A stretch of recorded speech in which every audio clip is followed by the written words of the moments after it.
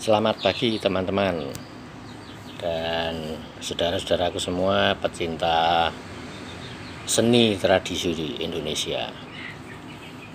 Saya sebagai pecinta seni khususnya keroncong akan sedikit memberikan gambaran bagaimana keroncong pada saat saya masih muda dan bagaimana perkembangan keroncong sekarang. Pada zaman saya dulu,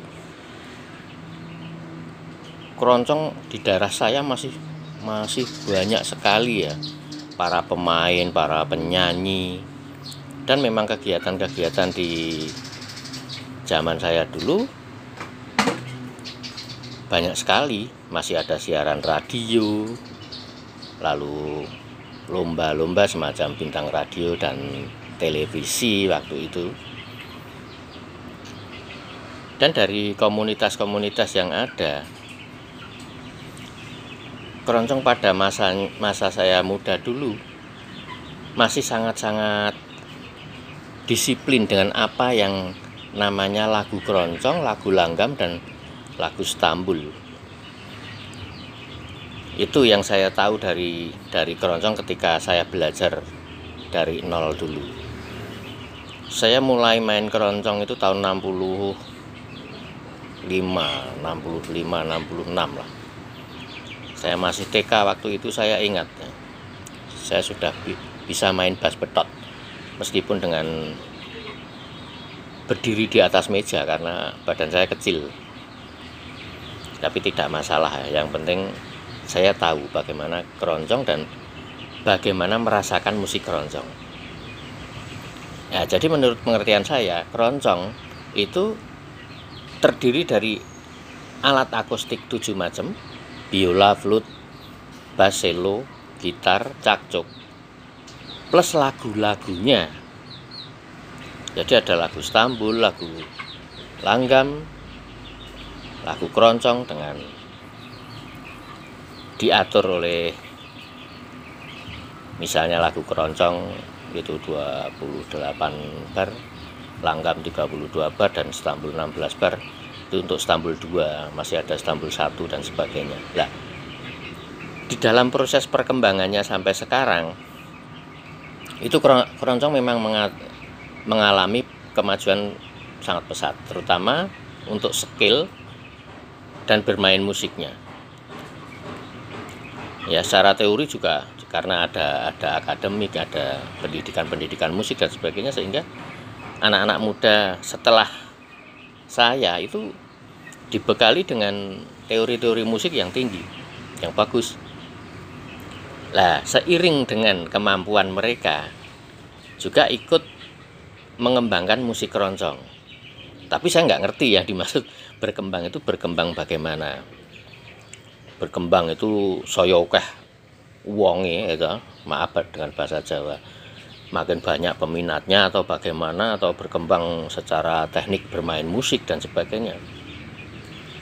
Karena zaman dulu itu hanya mengedepankan rasa ya. Meskipun skillnya nggak begitu hebat seperti anak-anak sekarang. Anak-anak kecil sekarang itu main biola aja sudah kayak gitu ya. Tapi itu menurut saya zaman itu belum ada. Jadi keroncong itu tidak seperti itu. Tidak perlu pakai skill yang jengklet-jengklet kayak gitu. Biasa saja, ini rasanya penak. Ya kan? Karena simbah saya atau bapak saya dulu, orang-orang di sekitar saya, orang-orang senior itu, kalau kita memainkan alat musik terlalu keras suaranya, dimarahi.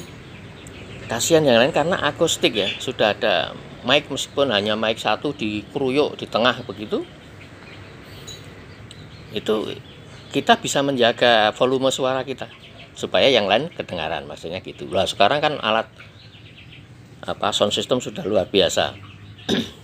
Menurut saya malah semakin seru karena di panggung di tengah lapangan gitu.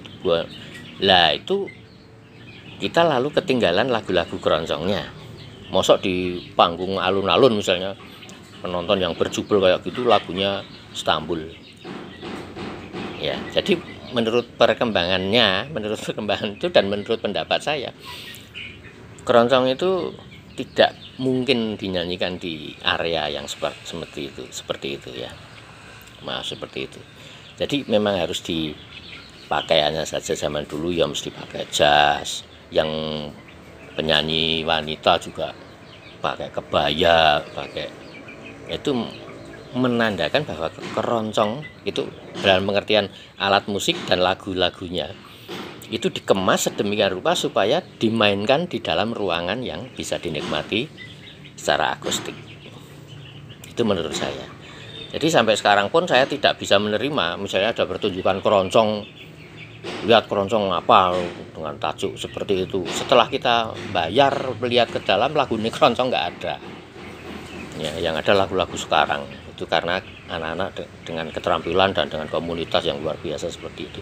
Tapi ya monggo saja, saya tidak akan melakukan seperti itu karena saya tidak bisa.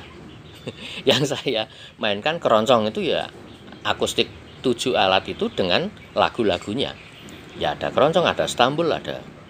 Itu yang saya lakukan. Tapi kalau anak-anak muda sekarang mau seperti itu dengan tajuk keroncong, ya sudah, perkembangannya keroncong itu seperti itu. Monggo yang lain bagaimana, bisa menerima atau enggak. Nah, kalau saran saya untuk anak-anak muda, meskipun Anda itu bermainnya sangat seperti itu, alangkah baiknya kalau mempelajari keroncong-keroncong yang seperti zaman nenek moyang kita dulu. Karena memang dengan susah payah, seperti Pak almarhum Pak Budiman BJ, seperti Pak Sugiono, Pak Rohani, ya, tokoh-tokoh yang lain yang sudah menciptakan lagu-lagu keroncong begitu anggun, begitu indah, dengan ciri khasnya sendiri. Kenapa tidak digali lagi, tidak dilakukan, dan tidak dipelajari lagi seperti sekarang? Eman-eman, ya, itu menurut saya nguri-ngurinya di situ. Nguri-nguri itu tidak hanya membawa cak gitar ke sana kemari, ayo main keroncong, setelah bermain lagunya bukan lagu keroncong. Itu bukan nguri-nguri, itu ngamen, ya, itu ngamen, golek duit. Beda pendapatnya, menurut saya begitu. Monggo saja, silahkan dipelajari, dirasakan, ya, angel opo gampang, sulit atau mudah, seperti itu. Oke teman-teman, sampai ketemu lagi ya. Selamat siang.